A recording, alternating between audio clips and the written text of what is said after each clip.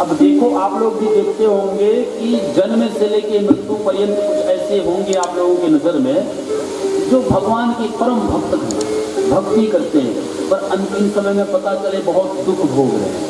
तो लोग कहते हैं देखो, जीवन भर तो भजन किया और अंत में दुख भोग रहा है। कहते हैं ना लोग, भैया भजन का फल अलग है और दुख का भोगने का वो प्रारब्ध के कारण से दुख भोग रहा है। बड़े बड़े ऐसे हमने महर्षियों को, संतों को भी देखा है कि अंतिम समय बहुत कष्ट भोगना पड़ा, बहुत कष्ट भोगना पड़ा। तो ऐसी स्थिति में उस इंद्र के आसन को जब उसने आधा घंटा दान किया तो उसका प्रतिफल क्या हुआ कि वही राजा बलि बना और फिर 100 अश्वमेध यज्ञ किया इंद्र के आसन के लिए। तो वो प्रतिफल और ये यज्ञ का फल दोनों ज्वाइंट हुए और आने वाला कल्प में राजा इंद्र कौन बनेगा? बलि बनेगा।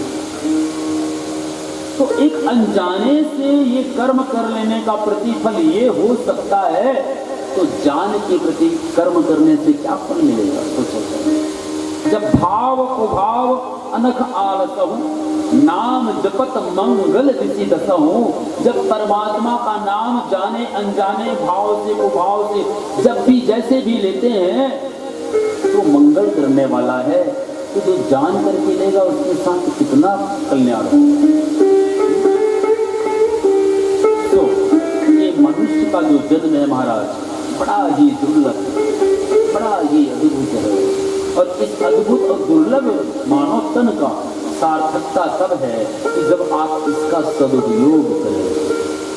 भगवान ने जो भी आपको दिए हैं ना, आपको अपनी करनी संवारने के लिए दिए हैं, अपनी गति बनाने के लिए दिए हैं। क्योंकि सभी के पास चित्र और गुप्त रहते हैं, ध्यान रखें। कहाँ रहते हैं चित्रगुप्त? आपके दाहिने भुजा में चित्र रहते हैं, चित्र, और बाम कंधे में कौन रहते हैं? गुप्त रहते हैं। आप जो भी कर्म करते हैं चित्र उसको चित्रांतरित करता है और गुप्त आपके बही खाता में उसको अंकित करता है। तो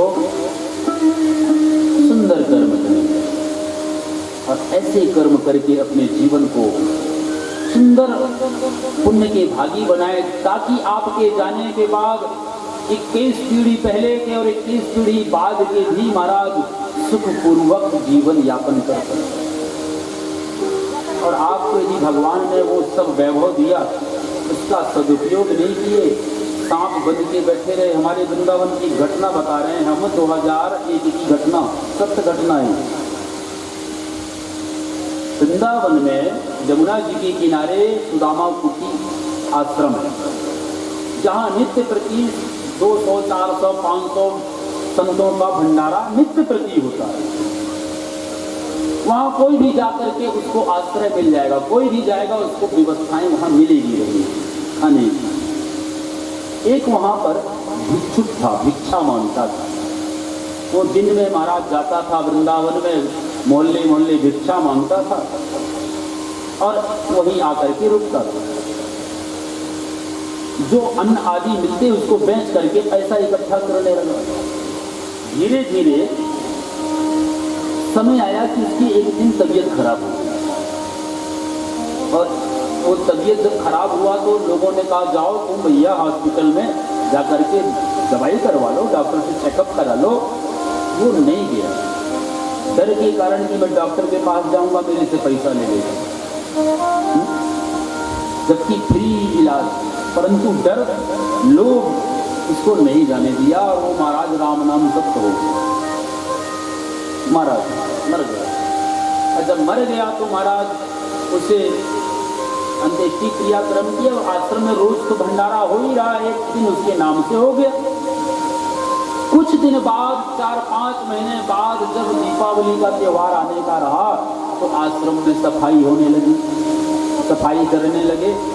तो महंत जो थे वहाँ सुदामा दास जी बोले महाराज वो जो भिक्षा मांगने वाला भिक्षार्थी था उसके सामान लेके आओ। वो एक बोरी में अपना सामान रखा हुआ था, खोला गया उसकी बोरी को, कपड़े कुर्ता धोती आदि मिले। एक उसमें रामचरित्र मानस मिला, जो कपड़ा में लिपटा हुआ है। और रामचरितमानस में भगवत गीता, और भगवत गीता के अंदर महाराज 9,500 रुपया, और वो 9,000 रुपया में कलावे के धागा जितना होता ना, धागा जितना जिंदा सर्प उसमें लिपटा हुआ है, इतना इतना पतला। उस नाव देखो कहाँ है पैसा, ये रामचरितमानस में गीता दबी हुई और गीता के अंदर पैसा, और पैसे के ऊपर वो महाराज सांप लिपटा हुआ जिंदा, जैसे वो दो पोते बरसा ऋतु में निकलते ना, ऐसे उसमें लिपटा हुआ है। आश्चर्य की बात की बताओ, ये आसक्ति, व्यक्ति की जो आसक्ति उसकी वही गति कराता है। तो ये आसक्ति मनुष्य को शोभा नहीं देता है। किसके लिए आसक्त होना? यदि आप आसक्त होना ही चाहते हैं तो उस प्रभु के लिए हो जाओ, उस परमात्मा के लिए हो जाओ, उसे अपना बना लो। और यदि आप आसक्त होना ही चाहते हो, आपको यदि अहंकार है ही, तो इस बात का अहंकार होना चाहिए कि मैं तो प्रभु का हूं और प्रभु मेरे है। इस बात का अहंकार है, इस बात का नहीं कि मेरे पास करोड़ों रुपया है, 10 मकान है, 100 एकड़ या महाराज जमीन है। ये तो महाराज सपना है, सपना जो कभी अपना हुआ ही नहीं। हुआ है क्या किसी का? तो जाग सको तो जाग रे, तेरी अच्छी है,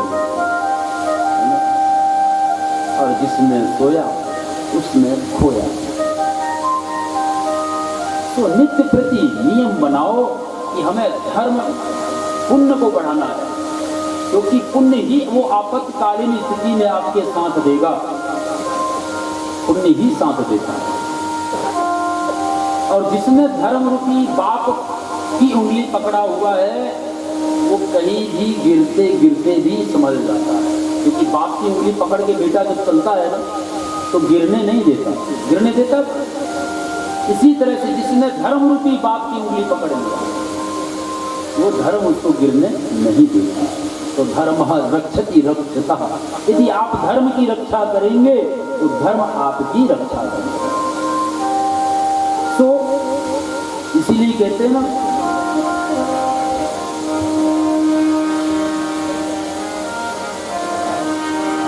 कोटि कर्मों से पाया ये मानुष का तन, फिर जन्म ये दोबारा मिले ना मिले। कोटि कर्मों से पाया मानुष का तन, फिर जन्म ये दोबारा मिले ना मिले। कोटि कर्मों से मानव का तन दोबारा मिले ना मिले। कोटि कर्मों से पाया मानुष का तन,